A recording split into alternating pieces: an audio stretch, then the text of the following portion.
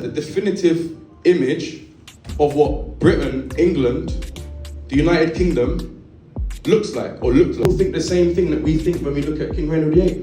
Actually, when we look at all periods of British history, starting from, we're gonna go back far, we're gonna go the furthest we can go back. Has anyone got any tissue, please? I'm sweating profusely up here. This is a very important quote, and it helps us to start breaking apart this narrative. And I haven't gotten to the narrative yet because I'm building it up. Like a nice cliffhanger, I'm building it up. This is a famous image of him, or Queen Elizabeth. And in here you can see her hands on the globe. What does that mean?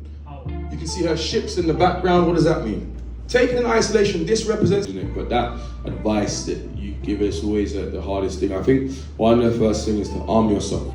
We're not talking about any revolution or anything like that here. We're talking about arm yourself with information. The difference that an expert and a non-expert, the only thing that they're maker, we've got someone who was married, sufficient means, we've got a salvage diver, and there are many others. This is all we have space on this presentation for. Slave, and actually you must be someone with sufficient means, a free man, someone who is believed testimony, yeah? Someone who's a good representation, a good reputation, good enough to be given evidence in a English court of law. We've got the reasonable black man. He was married and therefore had sufficient means to support a family. And it's suggested that he made costumes for theatres in the area. And we've got Deirdre Joanka. He was the king of King Kadabar, ruled over kingdom in modern day Liberia. This type of imagery, 15th, 16th century, usually denotes that the person is a Moor, so non-Christian. It's important we know this because we will see many people like John Blank in medieval and early modern symbolism and art history. We see many people like this. He's in the middle of this Westminster Tournament Road. This was a week of feasting and games that Henry VIII put on to celebrate with them. Some people disagree with him, so they're constantly battling, right? So there's some people that completely refute his numbers. There's some people that agree with his numbers. That's not important in of itself. It's an estimate. How many of us travel somewhere, our TomTom, our Waze or whatever we use, says there's 2 items in Danish raiders from 700 CE, and we know this because of the grave goods that were found, but also the people that were in these graves. When DNA analysis have looked at them, they have African descent.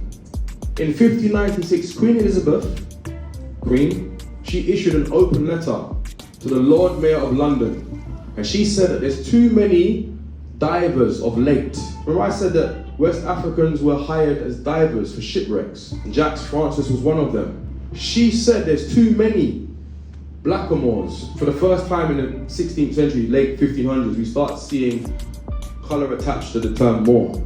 Usually because of the look for our presentation, we see this is something called the Adoration of the Magi. This is an image that you see in the National Gallery. This is the 3 wise men presenting frankincense, myrrh, etc. to baby Jesus. You always see, which is it's a lot longer than that.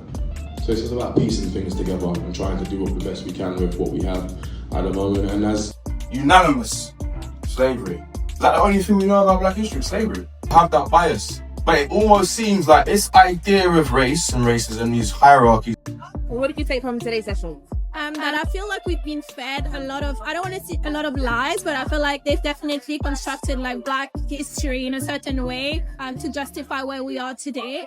I did unlearn a lot of things. The Black culture and how it actually was in the UK and the narrative that we're sold. I think it was really interesting, showing a different narrative of Black histories in the UK and just how he framed it as well. I think he framed it in a very positive way of like trying to show an alternative picture of it versus like he could have framed it in more negative tone and but I think everything was really constructive and it was just interesting to see learn new histories, learn a new side of things which I didn't know about any of it. Yeah, I think we were just discussing that kind of the idea of the belonging and the legacy of that, and I think that it's really reinforced that idea of the redefining narratives and the importance of it. So it's been a really precious evening for me particularly, and talking to you afterwards and discussing this a little bit further. So thank you. Isn't really the truth.